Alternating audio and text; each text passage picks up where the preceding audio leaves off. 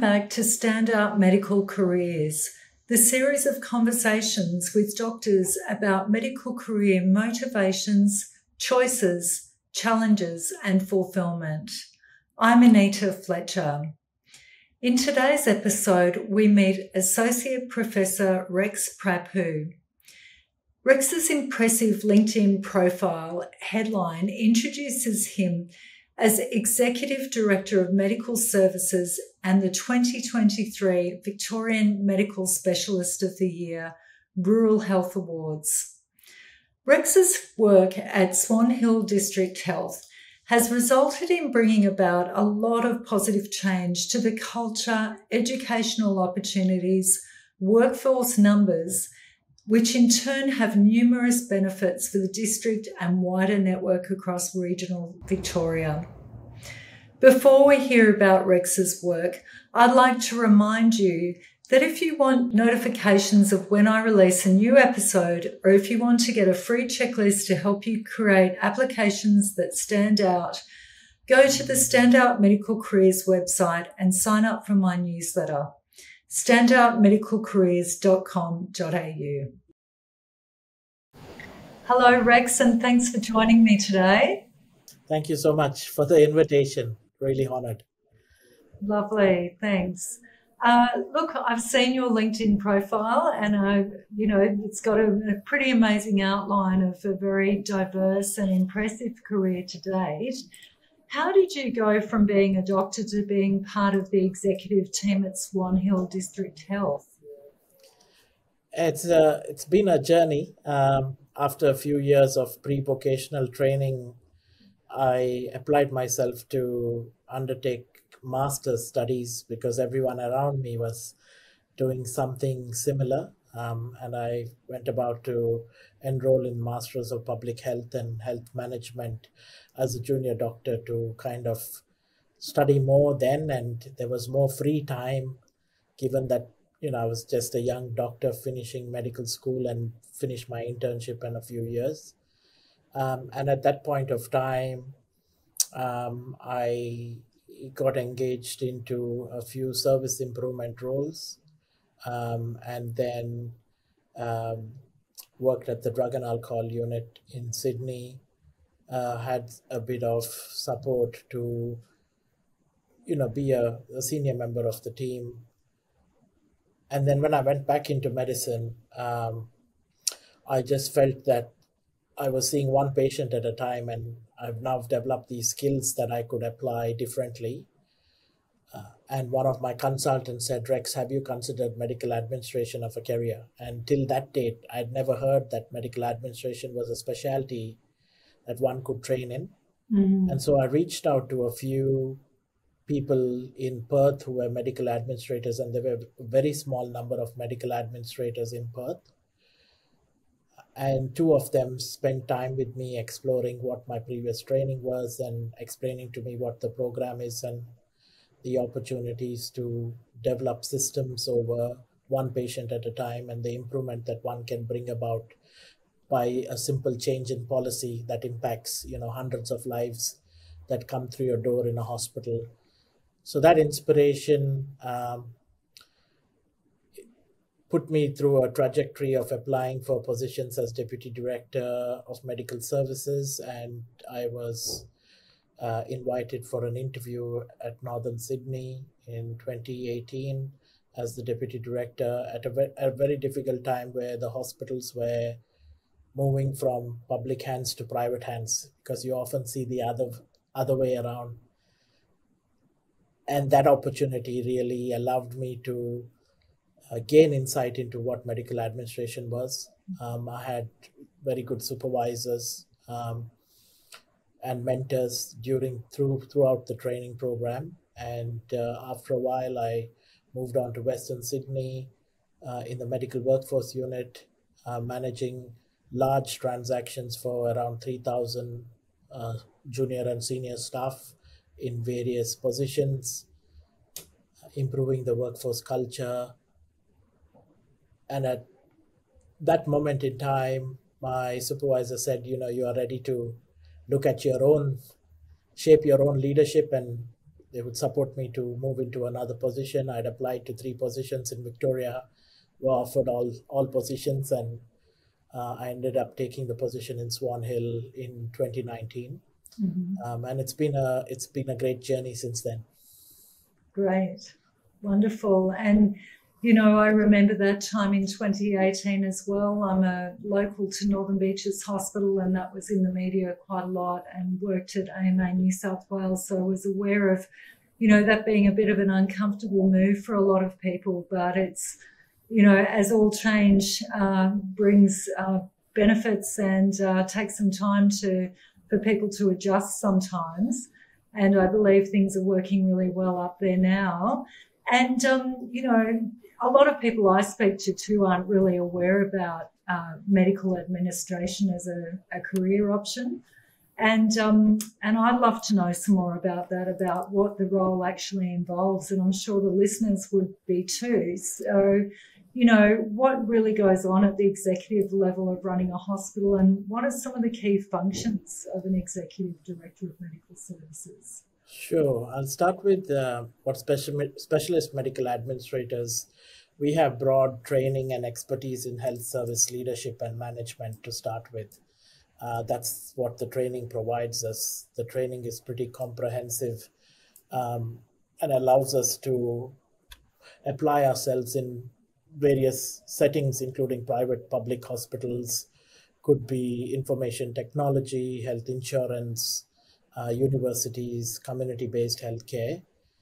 We undertake roles of senior executives, clinical managers, medical advisors, and the responsibilities varies from role to role. Could be in service planning, policy development, performance management, optimizing operational efficiencies as we want to improve the cost efficacy of the services that we provide, managing clinical risk, patient safety, regulatory compliance, and medical legal aspects that a medical administrator would be dealing with in their roles from a day-to-day perspective.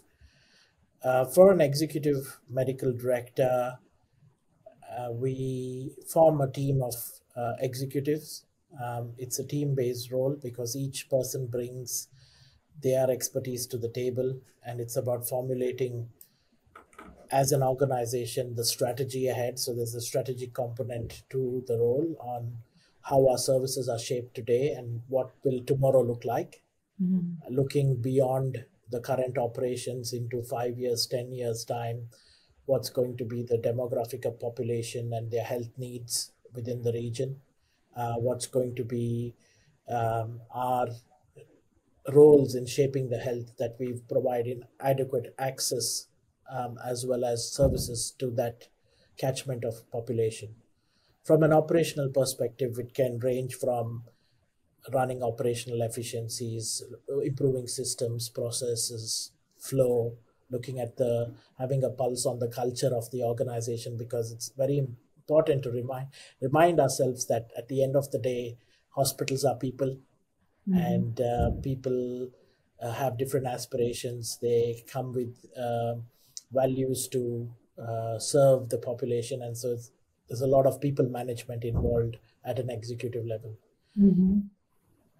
Yes, and I was curious about that too, in terms of, how much does the executive team liaise and consult with the other people working within the hospital? Does it meet regularly with the senior medical officers and other medical staff and other allied health or people or administrative people? Does that sort of happen on a regular basis? Absolutely. I think, meetings and getting people together, bringing people together on different agendas. It might be related to a single department, or it could be multiple departments on various major projects. So I give you an example of, if you've got to roll out an electronic medical record, you need a whole of organization response. You need senior doctors, you need nurses, you need pharmacists.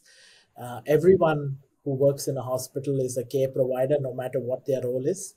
From the person who maybe cleans the hospital or provides the food services, they are all providers of care. So everyone has got an equal responsibility to ensure that the care that we provide to the patients are at the forefront of all our actions. And so it is encompassing every discipline, and at every system, at every layer of the organization. So at the executive level, whilst we might have, operational strategy which is aligned with the board's needs and the ministers of health's needs, depending on the time and the place and the system that you're working with, um, the executive team has got a big impact on ensuring that the operational team is meeting those goals, is meeting those targets, is persevering to do some form of improvement from the systems that we already have, because there's always room for improving a process. There's always room for looking at efficiencies, and there's always room to bring people together to have conversations around how can we do this better. Mm-hmm. And I know that, thanks for that. And I know that one of the initiatives that you've been a part of, bringing positive change to Swan Hill, is the expansion of training opportunities for junior doctors and to entice people to come to the area. Could you tell us a bit about that, please? Absolutely. I usually have a story to tell. When I moved to Swan Hill in 2019, there were 4 doctors who were in the town and were working in different roles, and we've now gone from 4 to 24. So it's been a massive sea change. Defining first, the strategy of with the existing staff, with the existing stakeholders, defining what we are and what we want to be in the next 5 years, and then getting them to define that vision was, I think, the first task. And then setting the tone of the organization to develop the culture within to attract and retain doctors. And as we know, training opportunities are quite variable, because in some places you can train for a bit and the doctor has to move along to another service.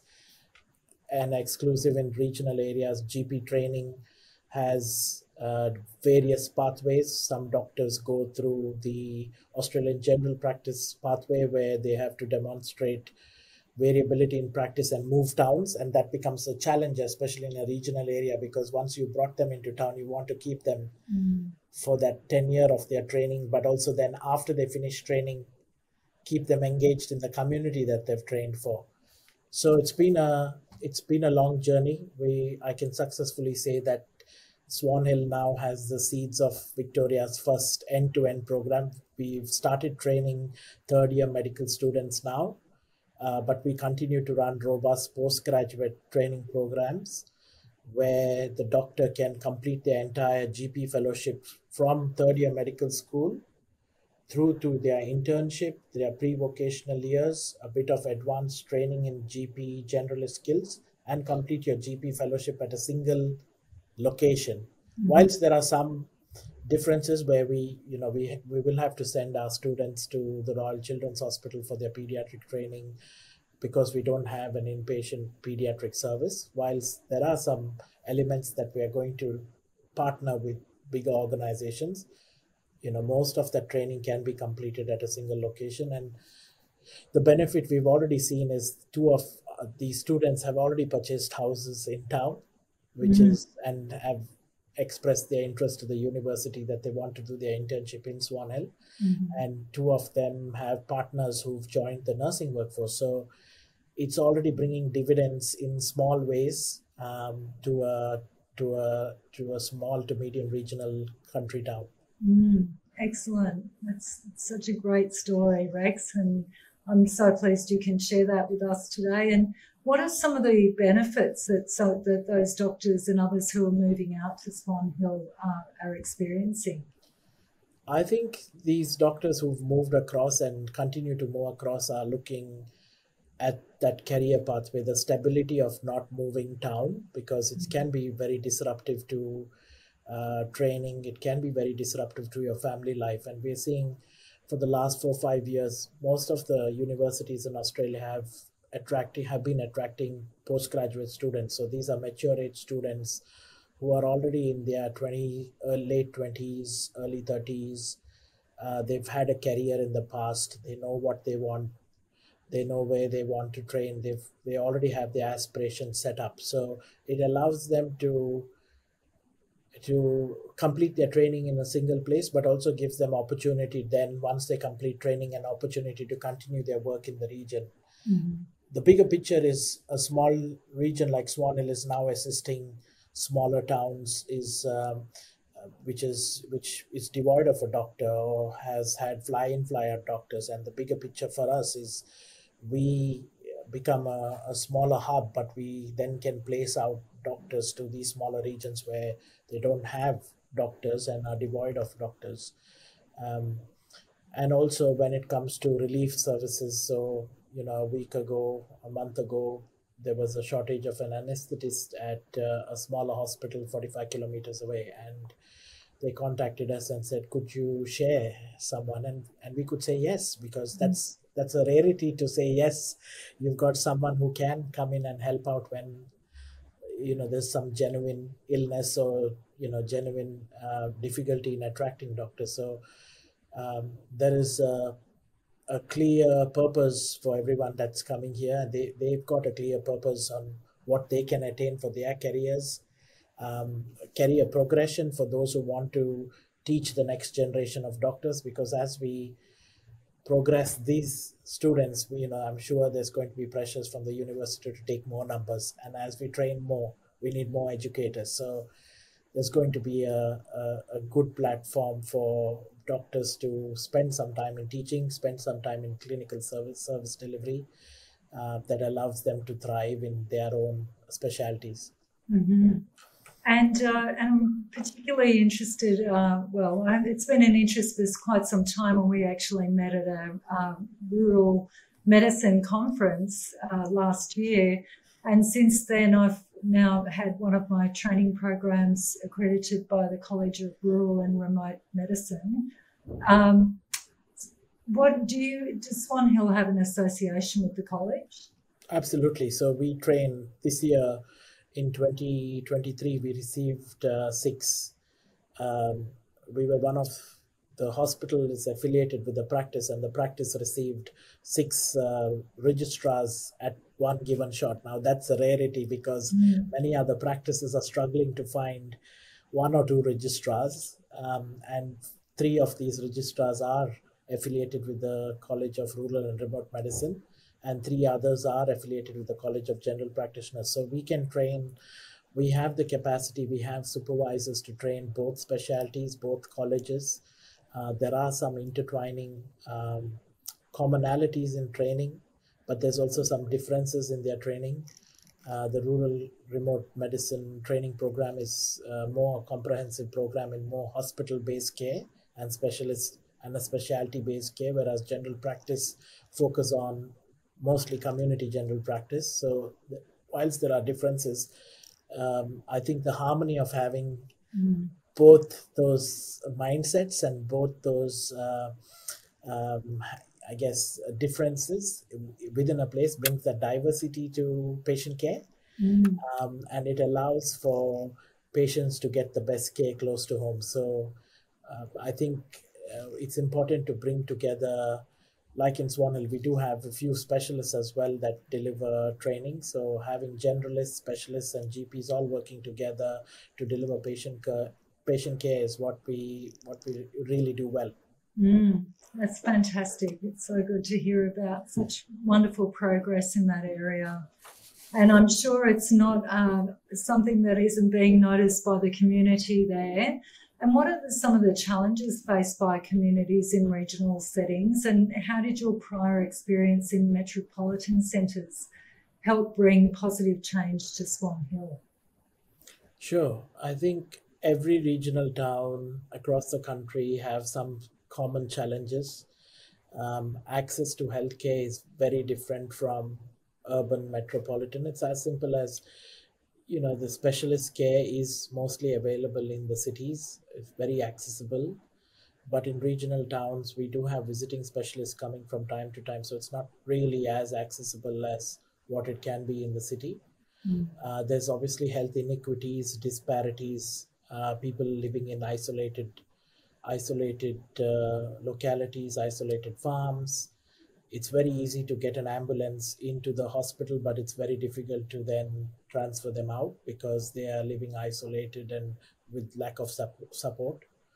And also, uh, other, social determinants of health are much more different than what they are in the city. So it adds an entire complexity to the care that you provide in regional settings. Now, I guess the experiences that I brought in, having worked in different settings, that itself gives you a fresh set of eyes when you come into a new place. And I think the first thing I noticed was really improving structures and processes around clinical governance, improving structures around recruitment, retention, relationships of with medical professionals, because that's where I had influence on. So um, our teams, sat down together, mapped out a road plan of how we'll engage doctors and how we'll um, understand what their needs are. And in Swan Hill at that point of time, there were 90% of the visiting medical faculty were fly out. So we started with that. We started rounding with the visiting doctors and we said, what's going well, what's not going well, what could we do better? And we also asked them questions like, what are your aspirations? What will it take for you to come join the team? And so those crucial conversations helped few doctors. We had conversations over a period of time. They said they wanted a bit of niche in education. Some wanted leadership training and said, okay, how about we give you a trial and, maybe stick around for a year, start that engagement there. Those doctors have stayed back. That made a huge difference to training and education because we could get posts accredited for junior doctors to train.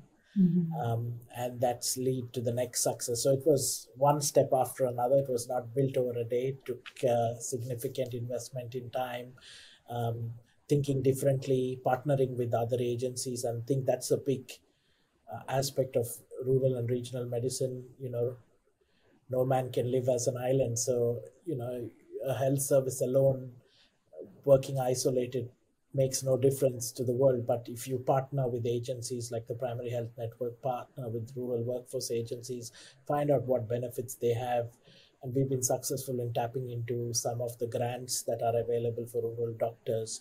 It might be giving them a week in the children's hospital to upskill their pediatric emergency skills. It might be giving them a week in leadership training for them to enhance their skill, or some kind of coaching program to improve conversations in the workplace. So the smaller things matter a lot. And when you meet with these doctors, at least on a regular basis, but formally, at least for the annual performance, it becomes a matter of what can the organization give you to make you feel much more valued, or what can the organization invest in you for you to do your role well. So I've taken that kind of service framework and service mindedness from my previous roles and imbibed it into the workplace here, and even including crucial conversations around patient safety, crucial conversations around interpersonal relationships and professional accountability.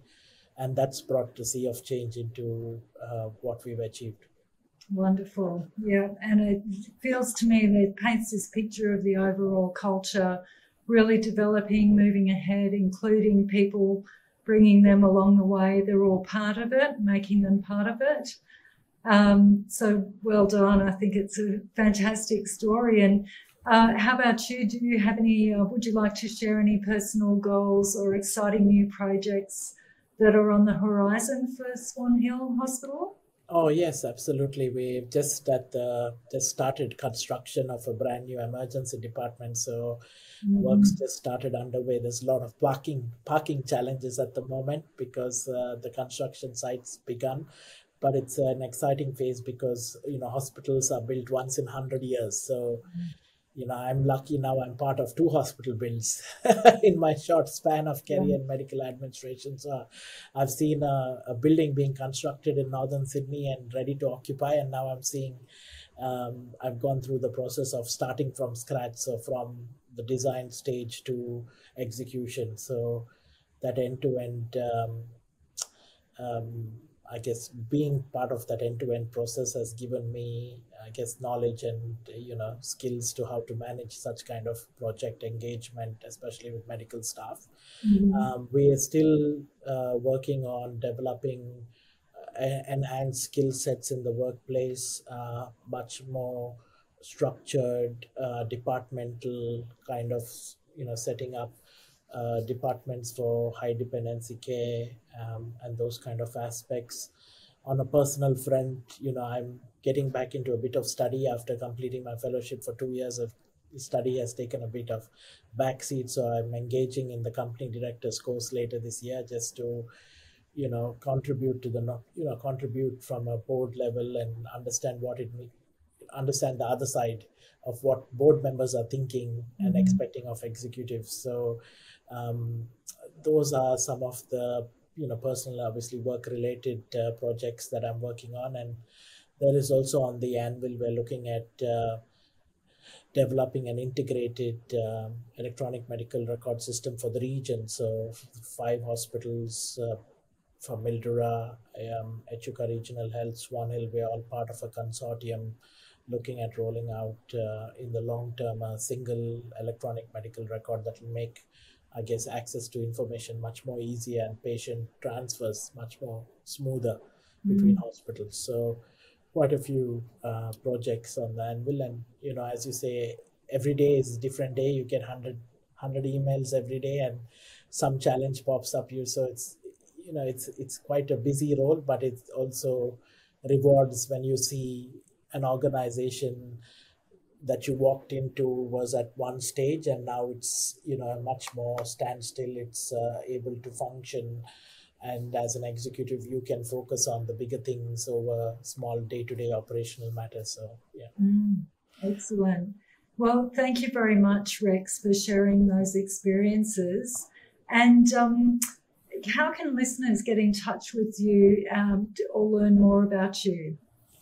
Yeah, I've got a very active LinkedIn profile now, and so I'd say get in touch with me on LinkedIn. I'm presenting at various workforce forums on the successes that we've had here in Swan Hill and to try to replicate it at other places. I'm working closely with Victorian Healthcare Association as well as the Rural Workforce Agency of Victoria, as well as I'm well engaged with the Royal Australasian College of Medical Administrators in the Victorian network. So yeah, reach out to me on LinkedIn. Got my details there, and if you want to kind of talk to me about what you're doing and whether if I can give in some input on a different approach, I'd be happy to do that. Okay, wonderful. Well, thanks again, Rex. It was a pleasure speaking with you, and all the best with those upcoming projects. Great. Thanks a lot, Anita. Thank you. See you soon. See ya. Thank you very much for listening to this episode of Standout Medical Careers. If you like the episode or think it will be useful to someone else, please leave a review at podchaser.com. And if you've got any questions, let me know on LinkedIn at Standout Medical Careers. And remember, the better you articulate your story, the more you will stand out.